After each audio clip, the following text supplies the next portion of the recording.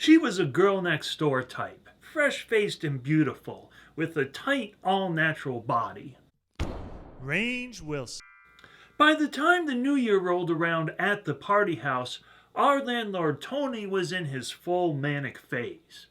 In some ways that was good, because I enjoyed Tony's company and he had introduced me to the local pool scene and to his friend Jolene. But in other ways it was bad, because most of Tony's friends were straight out of the trailer park and one step away from the gutter. I like to judge people on their own merits, and I did like some of Tony's friends, but most of them met all of the bad stereotypes of the trailer park, and those people I did not want to spend time with.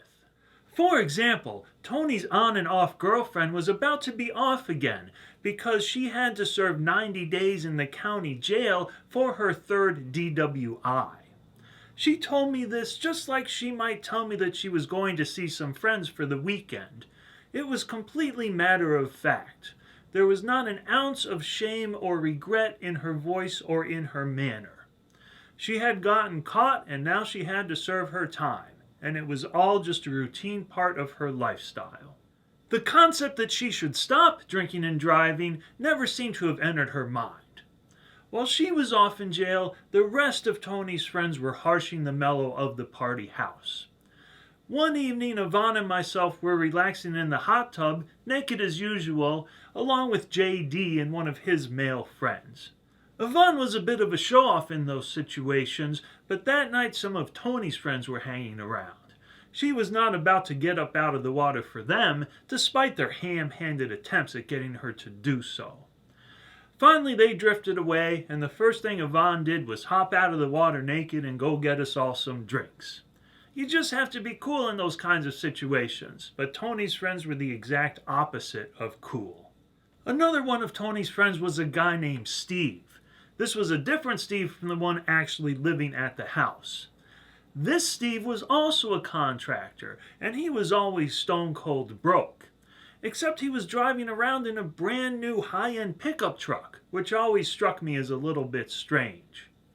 Anyway, one day this burly, heavily tattooed guy showed up at the party house. He showed us a set of keys and said that Steve had asked him to pick up his truck for him. He was obviously a repo man.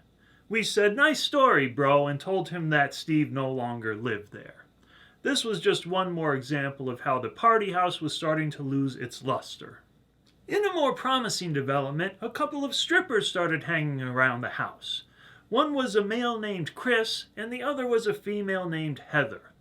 Chris was a wiry little bastard. He was maybe 120 pounds soaking wet. But he had long, straight hair, which made him look like a shorter, leaner version of Kid Rock. That was enough to keep him in business. At the time, I had some vague ideas of giving stripping a try myself, as much for the experience as for the money. But Chris painted a pretty grim picture of the whole thing. Chris told me that he would sometimes dance for female clients, but that most of his performances were for males. And that was definitely not high on my list of life experiences. He also said that sometimes the parties were fun, and sometimes he could make some decent money, but most of the time it was just bumping and grinding to try and get people to throw some dollar bills his way. He made it all sound pretty humiliating, and so I moved that whole idea to the bottom of my list. I don't mind working for money, but I like to maintain some semblance of dignity. Chris, however, was shameless, in more ways than one. Yvonne had a standing prescription for Oxycontin because of her car accident. This was back when it was less tightly controlled than today. One night, Chris let himself into her bedroom and took her remaining month's supply of Oxycontin. That in itself was not too surprising, but then on the day the prescription was due to be refilled, he called up Yvonne to remind her to pick up the new bottle. It takes some pretty big balls to steal somebody's painkillers, then call them up to remind them to pick up the new bottle so you can steal that also. Heather was much more of a pleasure to be around. She was a girl next door type, fresh-faced and beautiful, with a tight, all-natural body. She had not been chewed up by the stripper lifestyle. at least not yet. But she hated her job as a stripper. Yvonne and Joe would sometimes go to see her at the club, but that was too depressing for me. Heather had ideas of becoming an actress, and I was getting more serious about my screenwriting, so instead we would sit and talk about the film industry. That was much more fun to me than going to see her take her clothes off for money.